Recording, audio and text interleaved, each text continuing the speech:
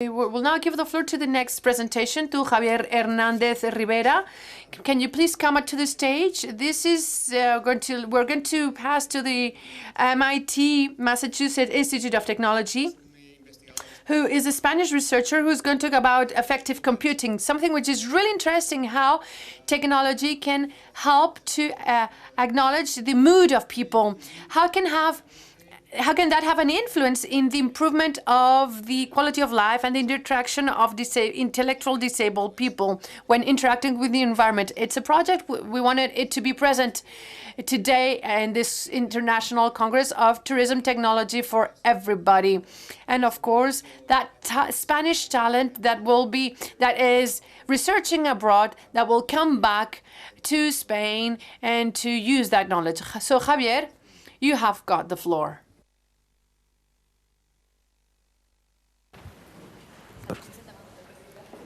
Perfecto. Hola, buenos días. Es un verdadero. Good morning. It is a real honor for me to be here to inaugurate the conference and the Congress, and I've got the task to explain what affective computing is.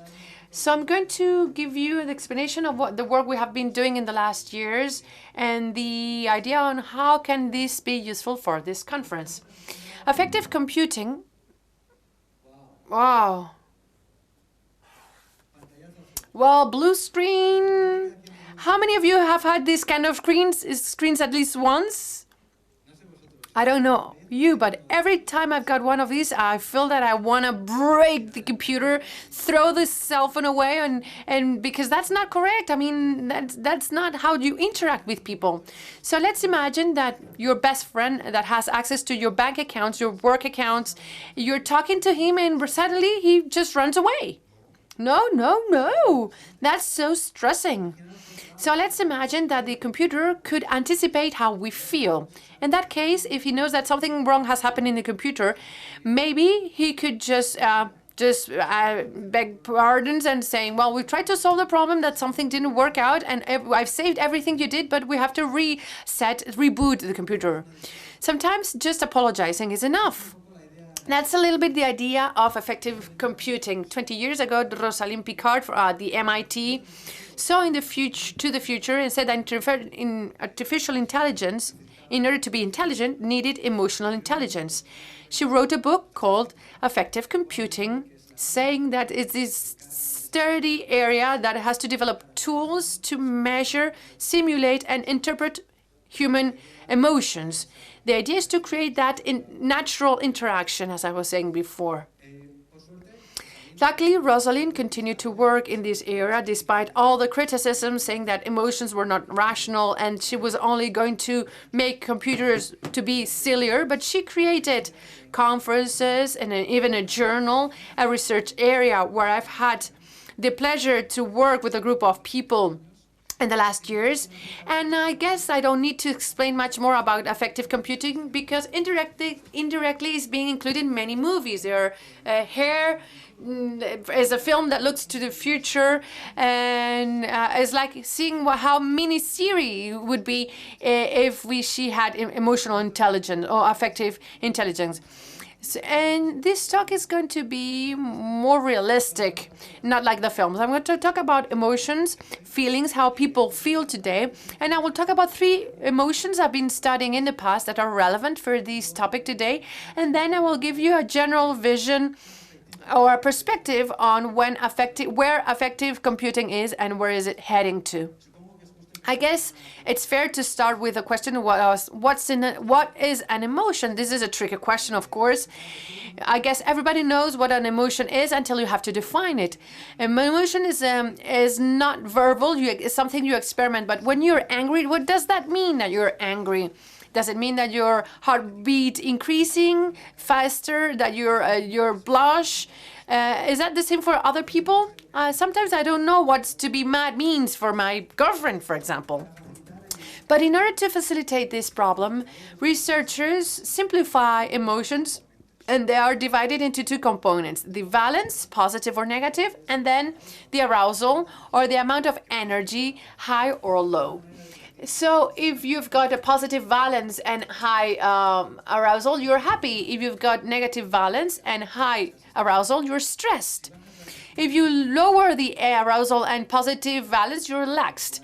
But if you go to negative valence and low arousal, you're depressed.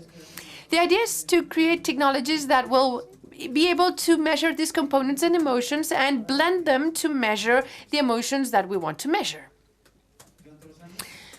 For years, emotions have been measured with questions, surveys, asking simple questions such as, how do you feel right now, from 1 to 10? 10 being very happy and 1 very sad.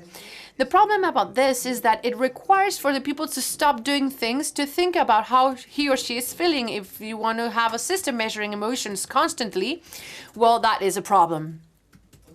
Another possibility is to have someone outside who's looking at you, analyzing how you feel. That normally requires people to be trained, that have learned and been trained, that look for your verbal and non-verbal language, how you speak, how you move your hands. The problem about this is that it's slow, it's costly, and it requires training. So the affective computing group at MIT has focused physiological measurements. And when you know that when you're stressed, heart rate increases. When you're happy, it also increases. It also the breathing changes. Your eyesight changes. So we can measure these signals in a non-invasive way. We will be able to measure emotions in a much more comfortable way, let's say. You have, we've got different sensors. We've got cameras, pressure sensors. We can use movement sensors. And then we use those sensors to extract information related to the human emotions, such as heartbeat, breathing. And once we've got that information, we've got artificial intelligence to analyze this data and discover patterns associated to emotions. If you're stressed, heartbeat increases, for example. And that is what we use, what we combine with artificial intelligence, psychology, signals, and many other disciplines. There are many, many ways to measure emotions, but I'm going to describe a few of them so that you can know which are the most common possibilities and the ones we use in our research group. The first one is the electrodermal activity, which was the galvanic response of the skin, but that is not correctly used anymore. This is one of the signals used in these truth machines. You have to use electrodes and put them in the hand that will measure the conductivity of the skin. There are 2 electrodes, one sending electronic pulse and the other one receiving, and they can measure changes in the sweating that are very subtle, that are related to the cognitive load or the energy level. So if you're lying, there's a peak normally. Normally that's measured with cables that you put in the fingers, so we have to go to the lab. So it's not comfortable, and you have to, that you're restricted to the lab with these devices, which is where the place where emotions are analyzed more commonly. The affective computation team has developed other easier sensors, such the ones you see. These are like bracelets or wrists that are wireless, that can that allow you to go outside and measure these physiological signals when they are important. And there are many initiatives at MIT to produce commercial versions of these devices so that everybody is able to access to these kind of sensors. So if you are a researcher, you won't need to develop hardware, but just to analyze the data collection done by these devices. In order to give you an example, I thought it would be a good idea to show you maybe information on real time. Right now I'm wearing one of these sensors, which was traded a few years ago. This is measuring right now. What you see in the right hand side upper is a signal that changes little by little. It's saturated, it's quite a high. That's because I've got a high energy level. It's normal because I'm in front of you speaking. But there are movement sensors. If I move my wrist, you will see that that changes. And there are temperature sensors. And those signals, apart from providing information about information, they are used to capture the context. If it's hot, if you're running, so that influences in your sweating. But let's not talk about me anymore. Let's continue with the presentation. The idea of creating these portable devices is to analyze these data in the real life. That's where it matters. This is an example in which a student took one of the sensors and wore it during 24 hours. He went to school, studied, and did everything of a regular day. When he was making housework, there are many peaks, and that's good because you want to have students quite devoted and activated. But we could also see that when he was at class, the signals are flat, and that proves another problem. Many of the classes do not interact with students, and that affects training too. Another thing that we saw is that during sleep, there were higher peaks than we had ever seen before. And maybe that might be related to nightmares of the student, or maybe think about the homework he had to do or a test. But after many, many years of studying and many data collection and analysis, this was related. We've seen that this is related with the dream phases. And now we can use this sensor to quantify the different phases of the dream. And that's related to the memory consolidation and how you feel the day after. We also use cameras a lot. Cameras are the webcams that you've got in the portable devices or your cell phones. That they can capture at distance a lot of information of your body. We focus faces because that's one of the parts that expresses more information of affections.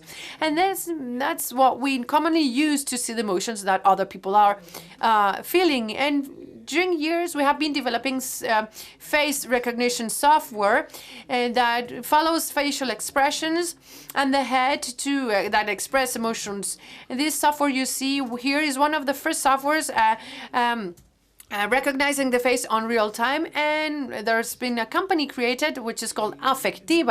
And a week ago, they developed a mobile application that allows me to show you in an interactive way how this app or this software works in my cell phone right now. Okay, so you see me. This is a streamcast of the cell phone. What you can see is the first thing, it detects the face. And if I move around, this square follows me, and there are different dots in the mouth, in the eyebrows, in the eyes, and that allows algorithms to identify facial expressions. If I smile, in the upper right-hand right side, it says happiness, it goes up. If I just dislike something, it also acknowledges. It analyzes the distances between the dots, the texture, etc., etc. That's how our technologies are right now working. A few years ago, a colleague of mine discovered that he could also use cameras to monitor subtle changes in the skin color related to the breathing and the blood pressure. Sometimes we had to use sensors in the breast, but with now at distance we can start measuring that information. And you can see in the video 3 people downward in the bottom part you see the estimates, in the upper parts the estimates done by the algorithm. And for this last year, I have been focusing on how can we make these technologies more accessible? How can we measure the heartbeat or breathing for everybody?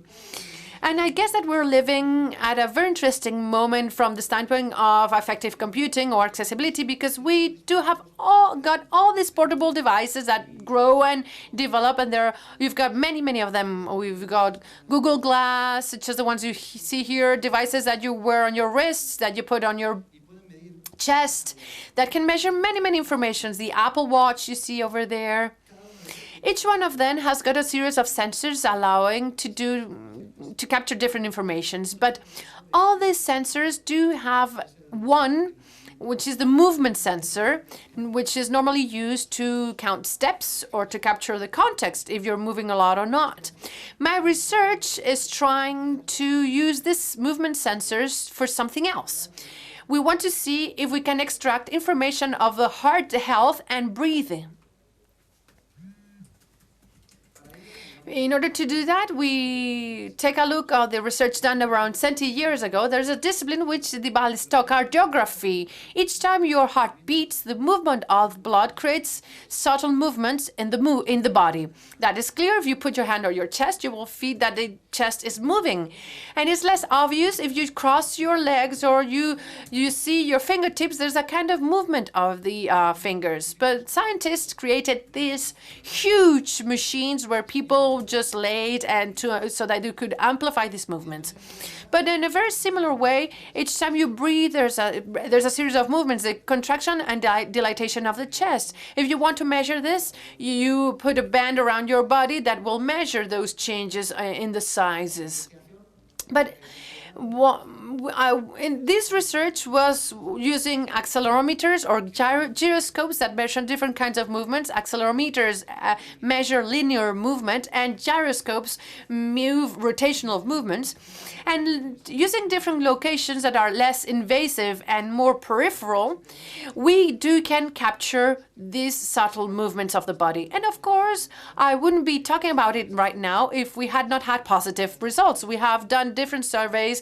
We have seen that the smartwatch that does not have physiological sensors, or the Google Glass do not have them, can move your heartbeat in a very precise and accurate way. And we have done studies in the lab comparing different sensors. We have done surveys in the real life to see how frequently we can measure the signals. And here, what you see is the average of absolute error, indicating that your heartbeat rate is around 70. Our algorithm would say it's around 70 most part of the time, sometimes 71, 69, and that's very, very accurate.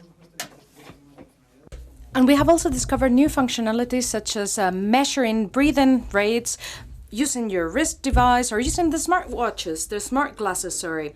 So in order to show you an example of how the signals would look, at the top you can see a gyroscope reading provided by Google Glasses, and at the bottom you can see a pulse estimate. It's used a physiological sensor that they have in hospital and also with Google Glasses. And here, this is something that we can do to estimate breathing. You can see how breathing can change with contraction. On Google Glasses, you have cameras, and on your smartphones, you have also sensors, and that's influenced by subtle movements, and we can locate points in the scene to estimate your heartbeat too. So if you put up a video on the internet or on YouTube, someone could potentially analyze it to extract information on you. These are some of the systems and methods that we use to measure affective information. But now I'm going to talk about the different emotions or feelings that we have been researching in the past. The first one is engagement in English. It's difficult to translate into Spanish. I imagine the most accurate translation would be emotional interest or engagement indeed. And this is one of the most relevant factors when we study affective computing. The first thing that would come to mind, is you measure how interested is a person when watching the TV. And this is quite important because for finding out whether a product is working or not, to determine whether people like it or not, you would do it through questions. If you had a more objective measure, such as a camera that monitors facial expressions, then you could characterize people's responses without having to interrupt them or without having them think on whether they like it or not. Here we rely on cameras a lot because it can capture a lot of information pertaining to balance and power of emotions. And in this case, what we did was to include in an experiment different social groups to come to the lab, and we asked them to watch the TV for half an hour, and they could watch any program. They could watch tourism documentaries or TV programs, advertisements, anything they wanted. And for that time, there was someone recording them with a camera, and this expert noted whether they were interested or not. Of course, on the tables we put chips, mobile phones, and all sorts of things. The context was quite realistic. When we use artificial intelligence in our database, we realize that we can get 62% accuracy on the interest of people and the engagement of people just by seeing their face gestures. For instance, if you are not looking at the TV, that means that you're not really engaged. If you rely on facial movement, the movement of the different points that I showed to you earlier on, we can increase the accuracy of algorithm and we can raise this marker up to 80%. If you combine both methods, normally these systems improve progressively and they can increase the accuracy of the algorithms. This research study was done in a Microsoft context, and I imagine that Microsoft liked the results so much that part of the algorithms were included in the Kinect, which I imagine some of you might have at home. And this dictates the emotional response of people, and you can imagine many of the applications that could come from this. There are many other applications for this type of technologies. It's not just to capture the emotional response of people when they watch TV, of course. There are many other applications. Also, we can use this for interpersonal interaction. This is something that happened in the past. It's called self-cam. It's a camera placed at the person's neck and that captures the person's emotional responses throughout the day. And at the end of the day, you can see like a landscape of your facial expressions, the gestures that you use, and that gives you a pretty good idea of how you're perceived by other people. Other applications put this on tablets that have a camera on the one hand side and a camera on the other side, and they're used as communication devices so that you can read the facial expressions of people that you have in front of you and you can simplify them in a certain manner through this device. Of course, there are many other applications in terms of accessibility, and they're very relevant. We do a lot of projects with people that suffer from autism because many of them have problems to read emotions on other people or facial expressions and also to express emotion themselves. So this type of applications are very useful for them so that they can learn and improve their personal interactions. And of course, most of the research studies that we've done have been very pleasant for these people. They're delighted to use these technologies and to improve their communication in this manner. When we talk about interest and engagement, it is very important also to talk about engagement where you're communicating with children, indeed, because this can provide information pertaining the development of those children and also lags in development that those children may have. And that's the objective of a multi-university project that has been funded by the NF, and it's called Computational Behavioral Science. It's like putting in a computer the human behavior and analyzing it. We've had children interact with adults in controlled tasks such as playing with a ball or reading a book that is seen by both of them. And in this case, what we used were physiological sensors that I showed to you earlier on to measure body responses. And also, we monitored both the children and the adult while they interacted. Also, there was a viewer, an observer, who is very experienced in children's interaction, and they know when the children are interested or not. And we used artificial intelligence to interpret patterns in those data. By relying on the physiological signals, we could recognize whether the child was interested at a certain 74% accuracy, and also we incorporated the physiological signals of the adults. When you talk to somebody, it's not just important how you feel, but also how the other person feels. And this is quite common ground in psychology. They normally examine how people are interested in what they are discussing. If they are interested, they have the same posture, they make the same physical signals, but this is something that we can also do by controlling physiological signals. And this is difficult to control, especially with children, because they are not as skilled when moving their hands, and it's very useful in this context. I talked about different applications that deal with engagement, and now I'm going to talk about happiness. I imagine it's not necessary for me to elaborate on happiness, why it is important and why it is significant to improve your life experience. Well, I would like to talk about a project that is very aligned with media. What we do in Media Life is called Media, Arts and Science, and it combines the two aspects. It's the best way to reach to a larger audience. The project was created on the occasion of the 150th anniversary of MIT, and we wanted to put together projects that could show some of the technologies that we were developing. We wanted to create a technology that could measure emotions or the happiness of the university as a whole for as long as the installation was in place, which was indeed 10 weeks. We call this project Mood Meter.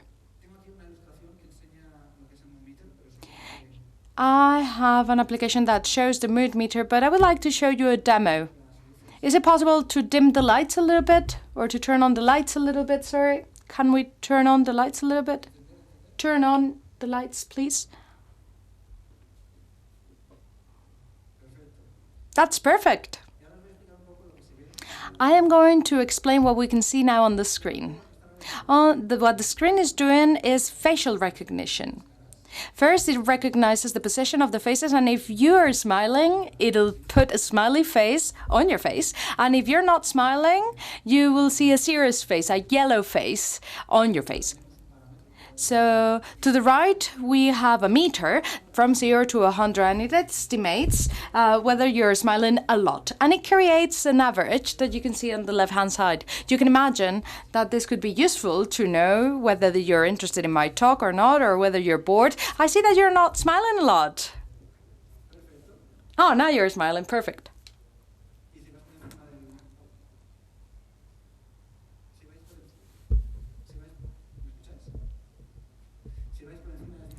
If you're above 50%, what you have is a bow tie on your neck, so that we incentivate in this manner positive emotions.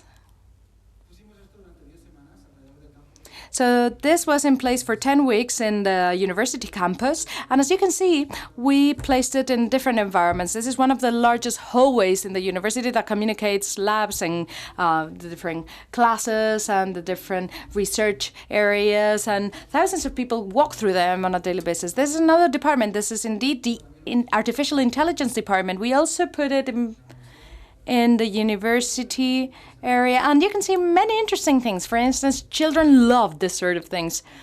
Sometimes they consider it magic to have some sort of face or a smiley face on their face that you cannot really get rid of, and it establishes some sort of communication between them, because it's like a reflection. When we were saying earlier on, when you talk to somebody and you're very interested, the software smiles too. This is done in accordance with your mood. And we also had a web page to aggregate the information and the number of smiles on real times for the 4 locations where this was put in place. And you can refer to the web page. You could go to the web page right now to see the results from this demo. And this is a real snapshot of a day experience. And this was very good for me because I was at the media lab where the camera was, and it said that 90% of people was smiling, and this lasted for the whole night. And this for me was ideal because we were doing some comparisons between the different departments of the university, and it was perfect. But then I got to the university and I saw that the system had been hacked.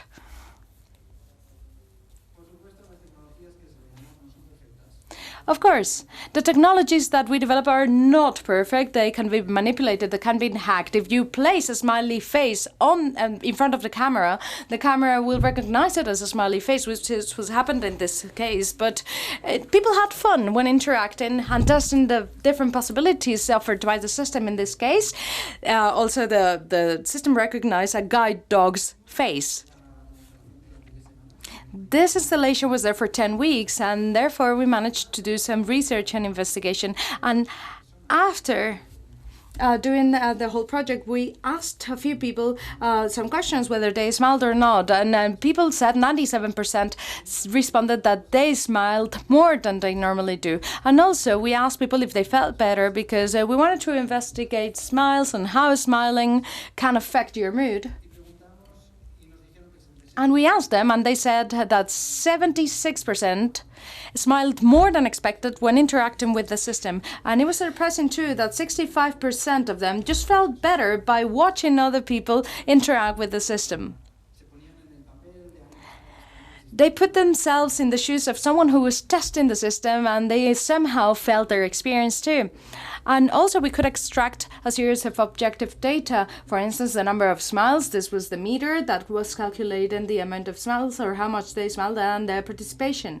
Also, this could be installed in a museum to see how participative people are, but this also gives us an idea as to how people respond in terms of emotion. So after the 10 weeks, we aggregated all the data and we measured the days of the week. So you can see the days of the week there, and we could see that on the weekends, people smiled more and participation was higher. lower, sorry, but something that was surprising was that Tuesday was the worst day of the week.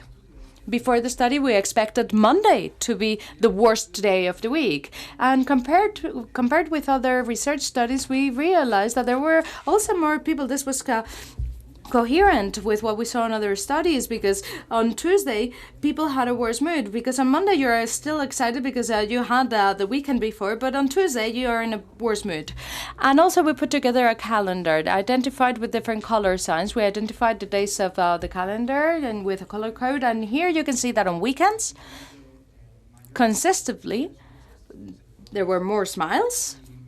That's illustrated in pink, but participation was lower, and this was correlated with other events that took place in the university. For instance, during exam time, smiles significantly dropped vis-a-vis the other days of the week. Also, we saw that during the recording, there was more participation than during the installation, but there weren't so many smiles. And it was interesting that after the day after the recording, we perceived the most smiles during the 10 weeks. This can be an empirical finding. That means that obtaining your university diploma can make you really happier. That's what I like to think. There are many applications to use this measurement for happiness. Imagine that you go to a museum and you can quantify whether people are enjoying themselves or not. These technologies can also be used not to measure, but also to incentivize positive emotions. Let's say in long queues or in hospitals, you want people to be entertained and to not really think about negative things. And there are many other applications that we could talk about later on. And lastly, I would like to focus on a more negative emotion, which is stress. I probably don't have to elaborate on what stress is, because more than one of us possibly knows what this means on a daily basis, especially when you try to do something and you cannot do it, and especially in the scope of accessibility. But something that you may not know is that when you're stressed, there's a series of physiological reactions in the body, and there's a stress response. This has been something that arises from evolution, so that we can adapt to circumstances to ensure some survival. For instance, your muscles get tense, quick respiration, sweating increases, more oxygen goes to the muscles and to vital organs. And there are some other unnecessary responses too. For instance, the digestive system slows down and urine production stops because it's not needed for survival. And there's a series of cognitive changes too. Our attention improves. We can tolerate more pain, more harm. We are more aware, and all this serves the purpose of adapting to the situation. I don't know about you, but every time I think of this, I think of Hulk, because this makes us super powerful. It's like having a superpower, but as Spiderman says, a great power entails a great responsibility. So if you use this power many times a day, this can be harmful for your health. In the end, you can suffer headaches, fatigue, sleep problems, obesity, many other things I haven't studied in the framework of stress that can decrease your life quality indeed. But when you want to study stress, you could go to telephone centers, call center employees. You can use them for your studies, because they're normally people who deal with people who are upset, and they're not very flexible. They don't really communicate through non-verbal language, because they can only communicate with verbal language. So in our study, what we did was to use the sensors that I showed to you previously, and we monitored the body response of these employees after every call, and we asked them to communicate after each call what their stress levels were like. So we used these artificial intelligence algorithms to capture the stress levels that they had after the calls and how frequently this happened. So if you know that an employee is very stressed, perhaps they can get some downtime or some holidays, or you could create some more pleasant calls for them so that they can decrease their stress levels. When you develop such a system, you might develop a system that works very well for one person but not so well for other people, and this is one of the key points for emotions. Emotions are very individual. For instance, what stresses me out might be very different from what stresses other person out. And the way I stress might be very different from the way other people stress. Some people start jumping around, some people just breaking a sweat, and things of the like. In our case, when we used the information on the individual, we had a 78% accuracy. But when we used information on other people, the accuracy was only 54%. And this is a problem when you want to develop something that's universal, that applies to other people, and you don't have the time to calibrate systems for each individual. So what we did was to propose some adaptations in artificial intelligence so that we could push forward this type of systems that learn from other people in order to train algorithms. We wanted to get to an accuracy that could be as good as when you use one individual only. As we said, this is applicable for people that have disabilities. And as I said, we collaborated a lot with individuals that suffer from autism because they can really obtain advantages from the use of these technologies. For many months, we monitored their physiological signals in their day-to-day life when they go to school, for instance, and we asked teachers to write down every time they saw a problem, a strange behavior, for instance, hurting themselves. And we asked them also to note the different activities, whether they were eating, going to a gym, or so on. And thanks to these sensors, we can aggregate the information, and rapidly we can observe the physiological changes that take place when certain behaviors take place too. For instance, when they had a tantrum, we could see that physiological signals changed sharply, and when they hurt themselves, there was a drastic change too. These signals portray a 1 hour framework, and in blue you can see the body signals, but when they relax you can see that the signals go down, and when they're eating you can see that the signal remains stable. And you can also analyze this data to create histograms to see the changes in the signals, and there are two features that we can extract from this signals: the breadth of signals and the number of peaks. You can see that in anomalous changes, there's a very different signal compared with normal activities. Normally you have more peaks and a bigger breadth when there's aggression to other people, when they hurt themselves, and things of the like. The idea for this project, and we're still analyzing the data, but the idea is that in a way this information could be useful for teachers and for families so that they can communicate in a better manner with their children, and they will be able to know when the child needs to relax or when they need to talk to them in a certain manner. Also, in some cases, we saw that there's physiological changes before physical changes become evident. For instance, when there's a tantrum, a change in temperature happens half an hour before. And this is something that can, in a way, tell us that there's a tantrum about to happen so that we can deactivate it before it actually happens. Wearables provide endless possibilities for us to be able to reduce people's stress. And this is quite relevant for Google Glass. It has a lot of sensors that we find on smartphones, and it has also screens that enables us to provide simplified information for people. On the graph, you cannot really see it, but what it intends to show is real-time information on the person's physical signals or physiological signals. And this, of course, changes on an individual basis. Another application that we have developed connects the Smile system with Google Glasses. What it does is to analyze the complexity in this audience. It's very difficult for me to see all your faces, but the computer does it for me. It takes all the different smiles and the facial expressions, and it tells me something very simple, which is whether you're smiling or not. For instance, for people with autism, this is quite useful. Some people with autism cannot read facial expressions because they are very complex, but if you give them something which is simpler, for instance, a traffic light, to determine whether the person is interested or not, this can simplify communication a lot for them. And lastly, we can also create interventions to reduce stress. We can measure breathing rates, and we can measure when they're breathing rapidly and display some sort of warning. We can tell them, listen, we think you're breathing really fast. Why don't you try to breathe slower? We show them their breathing rate and the ideal breathing rate that would be a bit slower. In a way, we would be guiding people so that they can calm down and breathe better. By now, you probably realize that there's many solutions and many applications in affective computing, and it really changes depending on the population, on the emotions that you're bearing in mind. But the video that I'm about to show is a video in which we were trying to envisage the future for cars. How would cars be if they measured emotions of the drivers? Imagine what it would be like if the cars that we have outside of the room could measure the feelings of the drivers. Experiences during our daily lives. While certain amounts of stress can help us remain alert and attentive, too much or too little can negatively impact driving performance.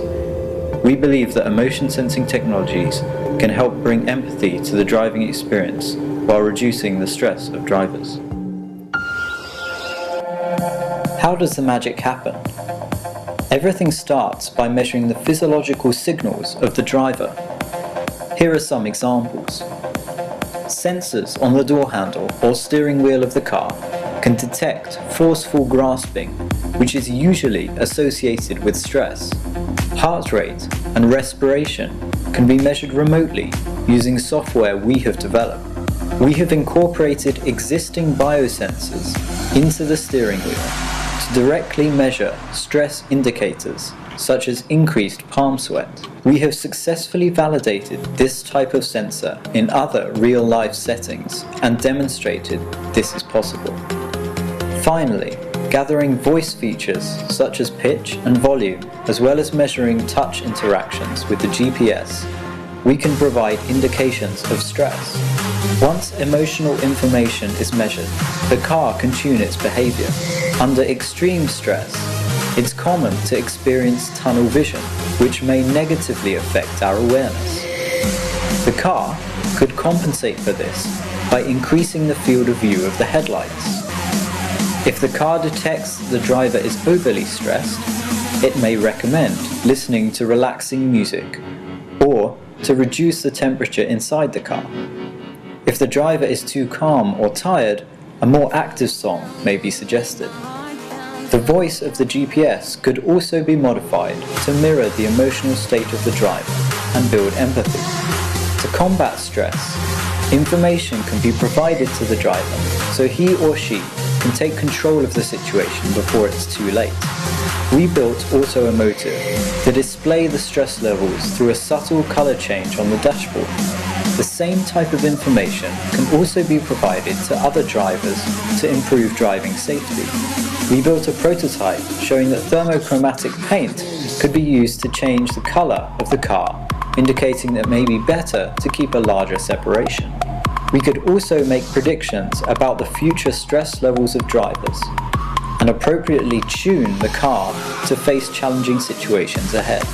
Aggregating stress levels of hundreds of drivers around the city, we could find the most stressful areas. This information could help design better cities and maximize the well-being of its citizens.